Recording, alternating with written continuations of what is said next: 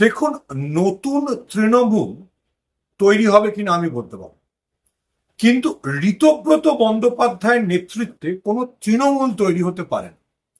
এই তৃণমূল নামটার সঙ্গে মমতা বন্দ্যোপাধ্যায় এতটা জড়িয়ে আছে যে 50 জন কেন, যদি 80 জন বিধায়ক মিলেও একটা নতুন দল তৈরি করে এবং সেই দলকে যদি বিধানসভা স্বীকৃতিও দেয় বা বিজেপি যদি তাকে যাবতীয় সাহায্যও করে, সেই দলটা তৃণমূল হতে পারে। মমতা বন্দ্যোপাধ্যায় আর তৃণমূল এই দুটো নাম সমার্থ। দেখুন, যেটা পশ্চিমবঙ্গে করার চেষ্টা করা হচ্ছে তার সঙ্গে অতীতের মহারাষ্ট্রের রাজনীতির একটা মিল আছে। মহারাষ্ট্রেও শিবসেনা, উদ্ধব ঠাকরের শিবসেনাকে ভেঙে একটা একনাথ শিন্ডের শিবসেনা তৈরি করা হয়েছে এবং তারপরে শরদ পাওয়ারের এনসিপি কে ভেঙে একটা অজিত পাওয়ারের এনসিপি তৈরি করা হয়েছে। আমি আপনাদের মনে করিয়ে দিই, প্রাথমিকভাবে 2024-এর লোকসভা নির্বাচনে এই দুটি দলই, অর্থাৎ একনাথ শিন্ডের শিবসেনা এবং অজিত পাওয়ারের এনসিপির ভরাডুবি হয়েছে। কংগ্রেস উদ্ধব ঠাকরে এবং শরদ পাওয়ারের এনসিপির সাথে হাত মিলিয়ে অসাধারণ সাফল্য পেয়েছে। তারপরে অবশ্য মহারাষ্ট্রের নির্বাচনে কংগ্রেসের নেতৃত্বাধীন ওই জোট বিজেপির কাছে পর্যুদস্ত হয়, কিন্তু যদিও সেই নির্বাচন নিয়ে রাহুল গান্ধীর ভোট চুরির অভিযোগ রয়েছে। কিন্তু মহারাষ্ট্রের প্রেক্ষিত আর পশ্চিমবঙ্গের প্রেক্ষিত সম্পূর্ণ আলাদা। আমি যদি ধরেও নিই যে ঋতব্রত বন্দ্যোপাধ্যায়ের সমর্থনে 50 জন বিধায়ক সই করবেন, তারা গিয়ে স্পিকারের কাছে নিজেদের চিঠি জমা দেবেন, এই সব কিছু যদি হয়েও যায়, তারা তৃণমূল থাকবেন না।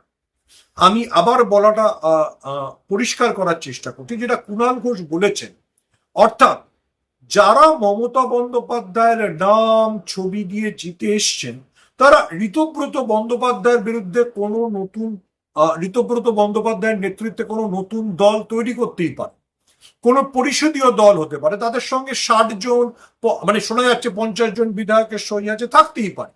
কিন্তু আবারও বলছি, সেটা তৃণমূল থাকবে না।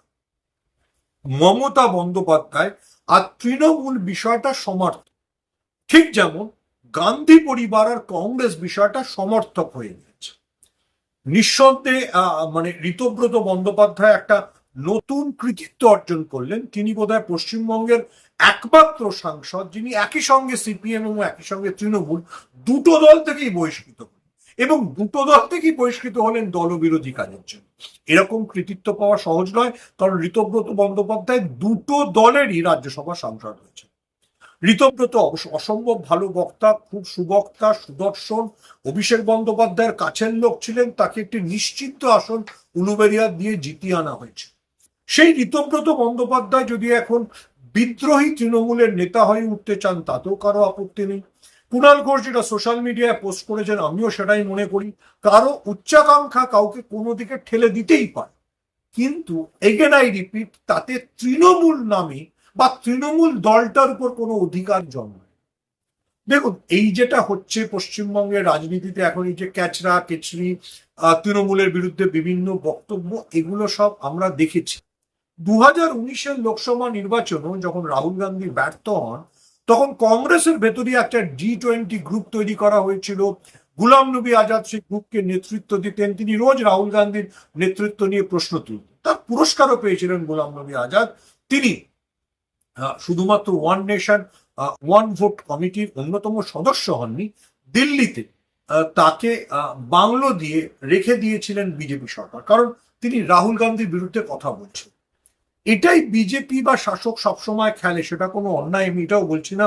যে আমার বিরোধী শিবিরে যদি আমি ভাঙন ধরিয়ে দিতে পারি, যদি বিরোধী শিবিরকে দুটুকরো দেখাতে পারি, তাহলে লাভ। নিঃসন্দেহে পশ্চিমবঙ্গেও হয়তো শাসক শিবির এরকম ভাবছে বা এরকম চেষ্টা করছে। অন্তত তৃণমূল সেরকম মনে করেই ঋতব্রত বন্দ্যোপাধ্যায় এবং সন্দীপন সাহা দুজনকেই দল থেকে বহিষ্কার করছে। কিন্তু আবারও আমি বলছি যে ঋতব্রত এবং সন্দীপন যা দাবি করছেন এবং মিডিয়ার একাংশ যা প্রচার করছে যে তাদের সঙ্গে 50 জন বিধায়কের সমর্থন রয়েছে, যদি 60 জনেরও থাকে, তাহলেও কোনো লাভ নেই, কারণ তৃণমূল নামটা মমতা বন্দ্যোপাধ্যায়ের ব্যক্তিগত অস্তিত্বের সঙ্গে জড়িয়ে আছে। আর দ্বিতীয়ত, রাজনীতিতে এটা একটা সাংঘাতিক ভুল হবে। কেন ভুল হবে সেটাও ব্যাখ্যা করার চেষ্টা। দেখুন, যদি কেউ মনে করে যে তৃণমূলকে ভেঙে দিয়ে, তৃণমূলের বিধায়ক সংখ্যা কমিয়ে, তৃণমূলের পুরসভাগুলো দখল করে নিয়ে তারা তৃণমূলের ভোট ব্যাংককে কেড়ে নিতে পারবে, সেটা হয় না। মনে করে দেখুন, এই বিরাট সাফল্য পাওয়ার আগে বিজেপির কাছে কটা পুরসভা ছিল, বিজেপির কাছে কটা কাউন্সিলর ছিল, বিজেপির কাছে কটা জেলা পরিষদ ছিল, বিজেপির কাছে কটা পঞ্চায়েত সমিতি ছিল। দেখুন, এটা খুব পরিষ্কার যে বিজেপি যদি এই কোনো কিছু না থেকে 200টি আসন পেতে পারে বা লোকসভায় 12টি আসন পেতে পারে, তাহলে তৃণমূল যদি আক্ষরিক অর্থে জনপ্রতিনিধিত্বের বিচারে জিরো হয়ে যায়, মানে আমি তর্কের খাতিরে ধরে নিলাম, জানি না এটা সত্যি কিনা, যে ঋতব্রত 50 জন বিধায়ককে নিয়ে বেরিয়ে গিয়ে আলাদা পরিষদীয় দল গঠন করলেন এবং বিধানসভা স্পিকার তাকেই মর্যাদা দিলেন, তাতেও তৃণমূলের ভোট ব্যাংকটা তিনি নিয়ে যেতে পারবেন না, এটা হয় না। ঠিক যেমন আবার আমি বললাম যে উদ্ধব ঠাকরের ভোট ব্যাংক একনাথ শিন্ডে নিয়ে যেতে পারেননি, ঠিক যেমন অজিত পাওয়ার শরদ পাওয়ারের ভোট ব্যাংক নিয়ে যেতে গিয়ে শেষ পর্যন্ত প্লেন ভেঙে মারাই গেল, আলাদা স্টোরি।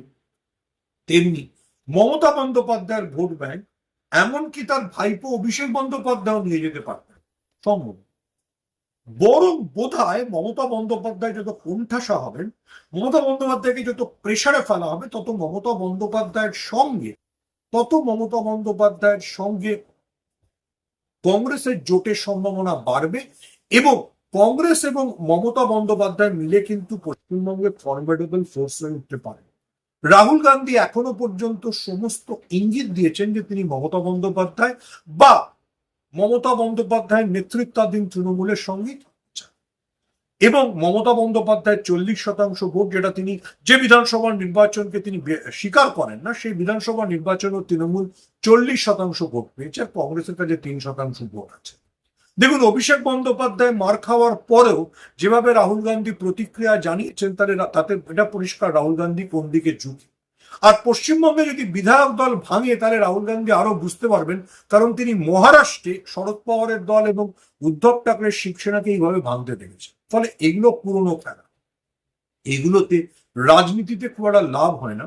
ঠিক যেমন মমতা বন্দ্যোপাধ্যায় মুর্শিদাবাদ বা মালদায় কংগ্রেসকে ভেঙে আসলে কোনো লাভ করেননি, কংগ্রেসের ভোট ব্যাংক যে অটুট ছিল সেটা পরবর্তীকালে বোঝা হয়ে গেছে।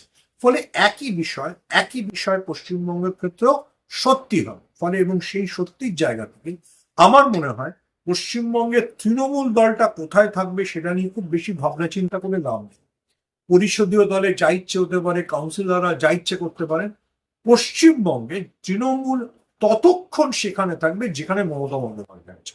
এগেন আই রিপিট, পশ্চিমবঙ্গের তৃণমূল মমতা বন্দ্যোপাধ্যায়ের সঙ্গেই থাকবে, তার বাইরে তৃণমূলের কোনো অস্তিত্ব নেই। তৃণমূল দলটা উনি তৈরি করেছেন, তৃণমূল দলটা যদি কোনোদিন শেষ হয়ে যায় সেটা উনি